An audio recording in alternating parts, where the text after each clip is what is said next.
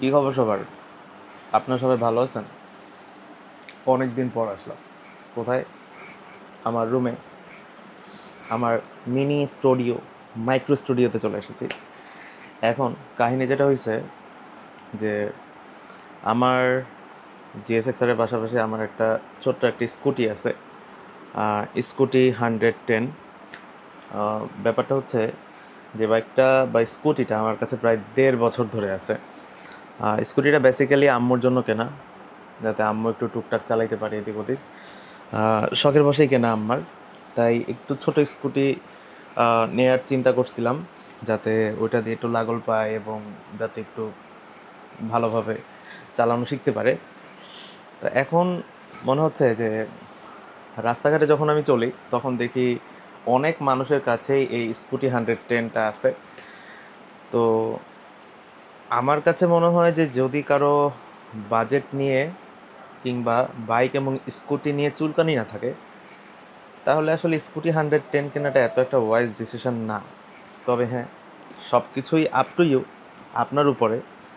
এখন আমি কিনছি শেখার জন্য, আপনারা চাইলে রেগুলার ইউজের জন্য এটা কিনতে পারেন। তবে সেই ক্ষেত্রে কি কি ব্যাপার মাথায় রাখলে বাইকটা আপনাদের জন্য উপযুক্ত হবে, সেটাই আজকে আলোচনা করব। কাহিনী কি, আগে রাস্তায় যাব নাকি আগে রিভিউ দেব? ও, টেনশনে পড়ে গেলাম। টেনশনে কি করতে হবে? টেনশনে মনে হয় টোস্ট খাইতে হবে, কিন্তু আসলে আমি টোস্টটা খাই ফেলছি। আগে ভাবছিলাম যে ভিডিওর ভিতরে টোস্ট খাবো, এটা অন্যরকম ভাই বানার চেষ্টা করবো, কিন্তু ভিডিও এতবার ট্রায়াল দিয়ে দিতে টোস্ট শেষ হয়ে গেছে। It was at this moment that he knew he fucked up. চলেন, এখন আর দেরি না করে রাস্তা যাব না, এখন আর দেরি না করে ডাইরেক্ট যাব হচ্ছে একদম বাইকের রিভিউতে। Let's go. স্কুটি 110 রাস্তাঘাটে অনেক দেখা যায় এই স্কুটি। বিশেষ করে আমি ম্যাক্সিমাম টাইমে দেখি যারা হচ্ছে লেডি বাইকার, তাদেরকে হচ্ছে সব থেকে বেশি দেখি এই স্কুটিটা রাইড করতে। আর হচ্ছে আমি অনেক ইয়াং জেনারেশনের ছেলেপেলেদেরকেও দেখি এই স্কুটি রাইড করতে। বিশেষ করে এই স্কুটিটা রাইড করার অন্যতম কারণ হচ্ছে স্কুটিটা অন্যান্য স্কুটির থেকে একটু হাইটে নিচু হওয়ায় এই স্কুটিটা সহজে নাগাল পাওয়া যায়, যার কারণে এটা চালানো অনেকটাই ইজি। আর এর থেকে বড় কথা হচ্ছে যে এই স্কুটিটা যদি আপনি বাজেটের মধ্যে একটা ভালো স্কুটি চান, মোটামুটি ভালো একটা স্কুটি চান, তাহলে আপনাকে এই স্কুটিটার দিকে নজর রাখতে হবে। তবে আমার কাছে যতদূর মনে হয়েছে যে তেলের গাড়ি হিসেবে এই স্কুটিটা বেশ ভালো পারফর্ম করে। যদিও এটার অনেকগুলাই নেগেটিভ সাইড আছে, নেগেটিভ সাইডগুলো আমরা অন রোড দেখব। তো যদি কথা বলতে হয় তাহলে প্রথম কথা বলা লাগে হচ্ছে এই ইঞ্জিনের, এই বাইকের হার্টস নিয়ে। এই হার্টসটা নিয়ে যদি আমি কথা বলি তাহলে আমাকে আগে গুগল করতে হবে। ওকে, তো চলেন যে আমরা গুগল করি, কারণ হচ্ছে ম্যাক্সিমাম জিনিসই গুগলে পাওয়া যায়। তো চলেন আমরা হচ্ছে গুগল করি যে রানার স্কুটি 110 স্পেক্স। আপনারাও গুগল করেন, আমিও গুগল করি, গুগল করেই বলি। তার থেকে ভালো গুগলেই দেখাই দিই আসলে স্পেক্সগুলো কি কি আছে, তাহলেই বরঞ্চ আপনাদের জন্য আমার মনে হয় যে এটা ভালো বেশি। আচ্ছা, তো এইখানে ওকে, তো এখন গুগল করে যেটা দেখলাম যে এখানে লেখা যে রানার স্কুটি 110 প্রাইস 1,49,000 টাকা। সরি, আমি আসলে জানি না, কারণ হচ্ছে আমি এই বাইকটা যখন কিনছি তখন 1,05,000 টাকা দিয়ে কিনছি, একদম অনেস্টলি 1,05,000 টাকা দিয়ে কিনছি, শোরুম থেকে কিনছি। এখন আসি হচ্ছে বাইকের স্পেক্সে। এই বাইকে আছে 110 সিসির একটা ইঞ্জিন, যেই ইঞ্জিনটা 6.9 বিএইচপি উৎপন্ন করতে পারে 7,500 আরপিএমে, এবং এই বাইকটার টর্ক হচ্ছে 7 newton metre of torque at 6,000 RPM. যদিও এই বাইকটাতে আরপিএম দেখা যায় না, কারণ হচ্ছে এটার মিটারে শুধু স্পিডটাই ওঠে। এছাড়া এখানে লেখা যে একটা কথা, যে কথাটার সাথে আমি একমত না, সেটা হচ্ছে এই বাইকটাতে নাকি সিটিতে 45 কিলোমিটার পার লিটার এবং হাইওয়েতে 50 কিলোমিটার পার লিটারে মাইলেজ দেয়। যেটা খুবই ফালতু কথা, আমি আপনাদেরকে সামনে যে মোটর ব্লগ আছে সেই মোটর ব্লগে আপনাদেরকে বলবো যে অ্যাকচুয়ালি এটা থেকে মাইলেজ আসলে কত পাওয়া যায়। তারপরে হচ্ছে এটার সিট হাইট লেখা হচ্ছে 800 মিলিমিটার, এটা top speed 90 kilometre per hour, which is wrong. এটা দিয়ে আমি 100 পাইছি। এখন যদি আমি এই বাইকের বাদবাকি ফিচার্সগুলো সম্বন্ধে কথা বলতে চাই, তাহলে আপনাদেরকে হচ্ছে বাইকটা আগে দেখাইতে হবে পার্টসগুলো। তো চলেন আগে বাইকের পার্টসগুলো একটু কাছ থেকে দেখি। তো এই বাইকে যদি আমরা স্পিড মিটারের দিকে আসি, তাহলে এখানে 3টা মিটার দেখা যায়। একটা হচ্ছে এটার ব্যাটারি চার্জ, একটা হচ্ছে এটার স্পিডোমিটার, আর হচ্ছে ফুয়েল গেজ, আর হচ্ছে এখানে হচ্ছে আপনার রাইট লেফট ইন্ডিকেটর বোঝা যায়। তারপরে হচ্ছে এখানে হাই বিম লো বিমের ইন্ডিকেটর আছে, ওই যে নীল বাতি জ্বলতেছে কিনা দেখা যাচ্ছে কিনা, এই একটা। আর হচ্ছে মিটারে আর কিছু নাই। এই হচ্ছে আপনাদের লুকিং গ্লাস। লুকিং গ্লাসের কোয়ালিটি বেশ ভালো, মোটামুটি পিছনে বেশ ভালোই ভিউ করা যায়। আচ্ছা, এখন এটার সামনের টায়ারের দিকে যদি আসি, তাহলে আমরা দেখবো যে এখানে কেন্ডার একটা টায়ার ইউজ করা হয়েছে। আই থিঙ্ক 2টা টায়ারের সাইজই সেম, যদি না থাকে তাহলে আমি গুগল করে দিচ্ছি। এই একটা টায়ার, পিছনের টায়ারের ফিডব্যাক মোটামুটি ভালো, রাস্তার সাথে বেশ ভালো গ্রিপ ধরে রাখতে পারে। আর যদি কিছু বলা যায় তাহলে বলতে হবে যে এই বাইকটার সাসপেনশন, হ্যাঁ সাসপেনশন কোয়ালিটি মোটামুটি ভালো, নট গুড এনাফ। আমি খুব একটা ভালো বলবো না এটা সাসপেনশন, কারণ হচ্ছে লং টাইম এই বাইকটাতে বসে থাকলে ব্যাক পেইন হয়, এবং এটা যখন আমি একটু বাম্পি রোড দিয়ে যাই তখন এটার সাসপেনশন ফিডব্যাকটা আমার কাছে অত একটা ভালো লাগে না। এখন একটা ব্যাপার নিয়ে কথা বলা যায়, সেটা হচ্ছে এটার সিট কেমন কুশনড। ওকে, সিট মোটামুটি বলবো আমি, সিট যে খুব একটা ভালো এমন বলবো না। এটার সিট হালকা পাতলা মোটামুটি কুশন, বাট তারপরও লং টাইম এই স্টক সিটে বসে থাকলে পাছা ব্যথা হয়ে যায়। তো এখন হচ্ছে আপনারা যারা সিট কভার লাগাই নেবেন তারা হয়তো একটু কুশন পাবেন, নিজেরা একটু কুশন করে নিতে পারেন। আর যদি লুকসের কথা আসি, দেখেন লুকসের ব্যাপারটা সাবজেক্টিভ। স্কুটির লুকস ছেলেদের কাছে ভালো লাগবে এই ব্যাপারটা আমার কাছে মনে হয় না, এবং এটা আমি বিলিভও করি না। স্কুটির লুকসটা একটু ফিমেল টাইপের, সো মেয়েদের কাছেই বেশি একটা ভালো লাগবে। আমি জানি না এটা নিয়ে কি কন্ট্রোভার্সি তৈরি হইলো আমার এই কথায়। তবে স্কুটির লুকসটা স্কুটির মতোই একটু ফিমেল ভাব আছে স্কুটির ভিতরে। ছেলে টাইপের অ্যাগ্রেসিভ কোনো ভাব আসলে স্কুটির মধ্যে নাই। এখন স্কুটি আসলে ঢাকার রাস্তায় খুবই প্র্যাকটিক্যাল, বিশেষ করে যানজটের মধ্যে স্কুটিটাকে হ্যান্ডেল করা আসলে খুবই সহজ আমার কাছে মনে হয়। তাই স্কুটি নিয়ে আর বেশি কিছু বলার নাই। ওকে, তো এখন আমার মনে হয় এটার সিট হাইট নিয়ে একটু কথা বলা দরকার। এটার সিট হাইট যদি আমি বসি, আমি হচ্ছি 5.4। আমি যদি দুই পাশে সমানভাবে পা রাখি, তাহলে আমি একটু সামনে আগাইলে আমি ভালো মতো পা পাই, একদম ঠিকঠাক মতো বসে থাকতে পারি। আবার যদি একটু পিছনে আগাই, তাহলে আমাকে এইভাবে পা একটু উঁচু রাখতে হয়। তেমন কোনো একটা সমস্যা না, অভ্যাসের ব্যাপার, অভ্যাস হলেই এই ব্যাপারটা ঠিক হয়ে যায়।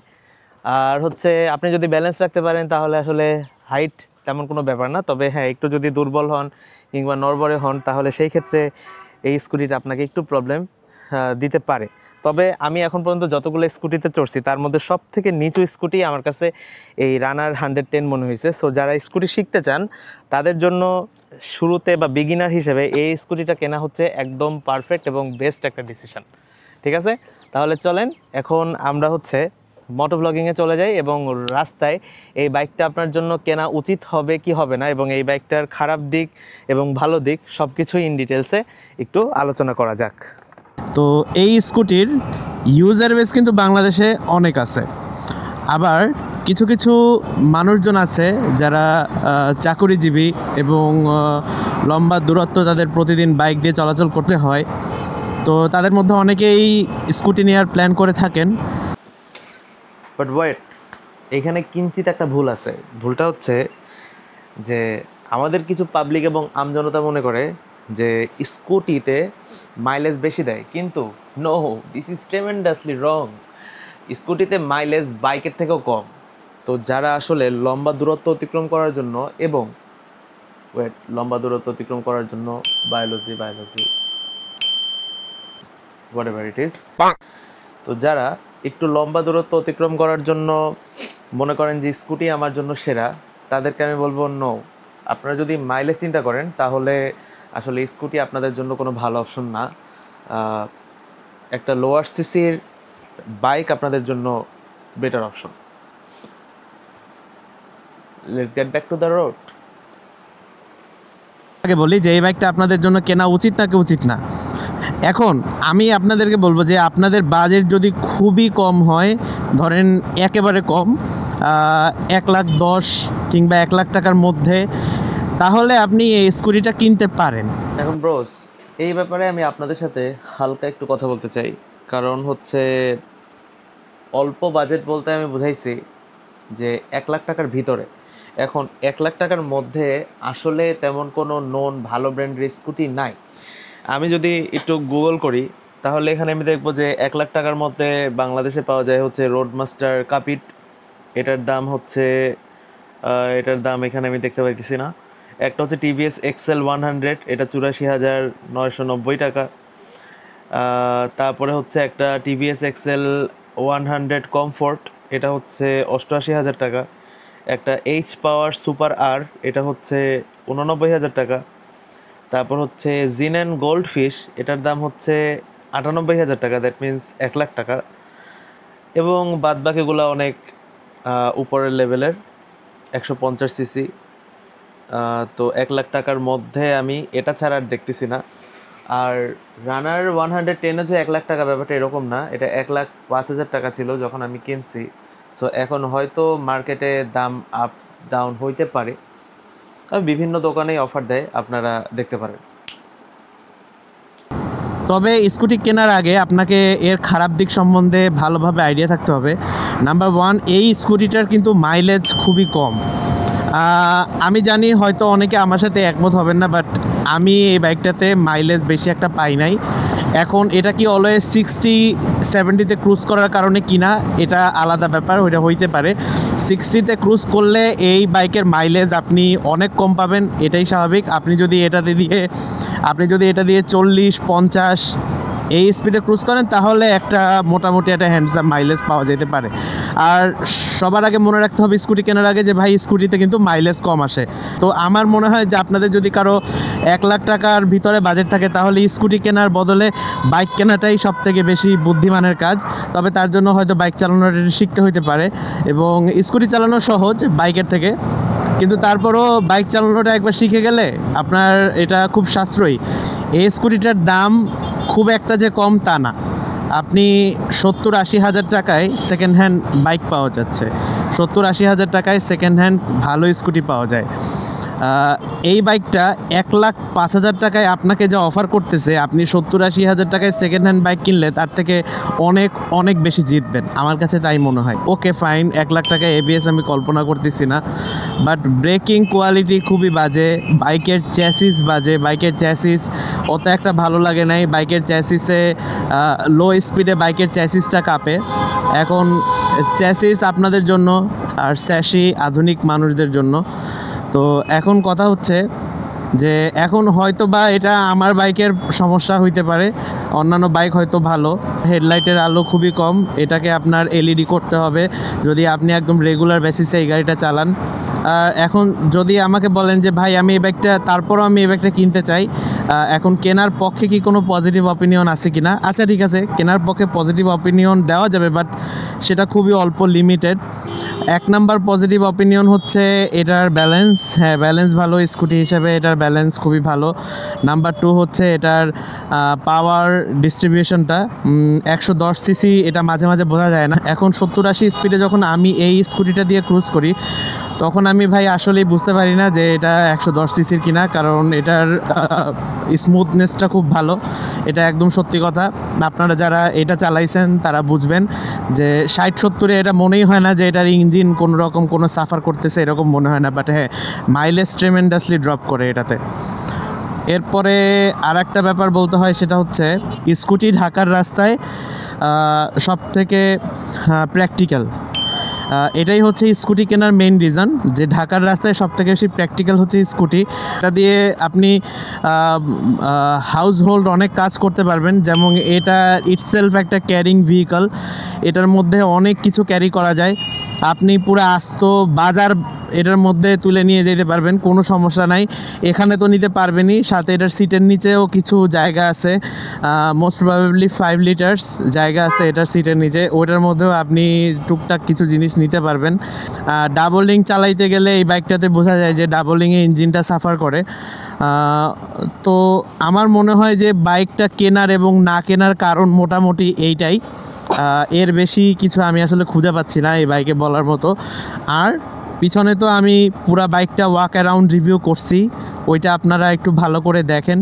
আমার মনে হয় এটা আপনাদের উপকারে আসবে ভিডিওটা, যারা এই বাইকটা কিনতে চান, কারণ আমি একদম আমার নিজের পার্সোনাল এক্সপেরিয়েন্সগুলো বলছি, আমি নিজে চালাইছি। নিজে এই বাইকটা আমি রেগুলার রাইড না করলেও আমি 15-20 দিন অন্তর অন্তর চালাই এটা আমার, কারণ এটা তো আমার বাসায় পড়ে থাকে। তবে স্কুটি একবার চালাইলে আমি টানা 10-12 দিন চালাই, আমার বাইকটা তখন টানা 10-12 দিন বন্ধ থাকে। কারণ হচ্ছে এইটা চালাইতে একটু মজা লাগে বাইকের থেকে বেশি, আরাম আছে এটা চালাইতে, কোনো ধরনের কোনো ভেজাল নাই। এই জন্য স্কুটিটা যদি একবার আমার হাতে আসে তাহলে আমি বেশ কয়েকদিন স্কুটি চালাই, তবে এখন চালাবো না, আপাতত রিভিউ করার জন্যই স্কুটিটা রাখছি। আর অনেক দিন অন করা হয় না, ইঞ্জিনটা একটু অন করা দরকার, এই জন্য রাখছি। তবে হ্যাঁ, আরও একটা ভালো জিনিস বলা যায় এটার সাথে অ্যাড করতে পারি, সেটা হচ্ছে এটার ব্যাটারি। বাইক খুবই ভালো, শীতের মধ্যে 1-1.5 মাস বাইক একেবারে টানা বন্ধ, তারপরও বাইক অন হয়েছে, সেলফেই অন হয়েছে, কিক দেওয়া লাগে নাই। তাহলে এই বুঝেন ব্যাটারি কত ভালো। অনেকবার সেল দেওয়া লাগছে, দ্যাটস ট্রু, বুঝেনি তো, যদি আমি কিক ছাড়া সেল দিয়ে স্টার্ট করি তাহলে কতবার সেল দেওয়া লাগবে আমারে। তো এটা যতবার সেল দেই, হয়তো এটার কার্বন একটু নষ্ট হয়েছে, কিন্তু তারপরও এটা অন হয়েছে, এটাই অনেক কিছু। যাই হোক, that's about for the video. আজকে এই পর্যন্তই, আপনাদের সাথে পরবর্তী কোনো ভিডিওতে দেখা হবে। এখন কোথায় যাবো বলেন তো? এই সামনে বিল্ডিংয়ের 8 তলায় যাবো, এনে আমার ডিউটি। এই বিল্ডিংয়ে আমি ডিউটি করি। তা আপনারা সবাই আমার ওয়ার্ক প্লেস জানেন, যারা যারা আমার ইউনিক ভিউয়ার্স আছেন, আমার বন্ধুবান্ধবরা বাদ দিয়ে যারা যারা আমার ইউনিক ভিউয়ার্স আছেন, তারা সবাই জেনে গেলেন আজকে যে আমি কোথায় ডিউটি করি।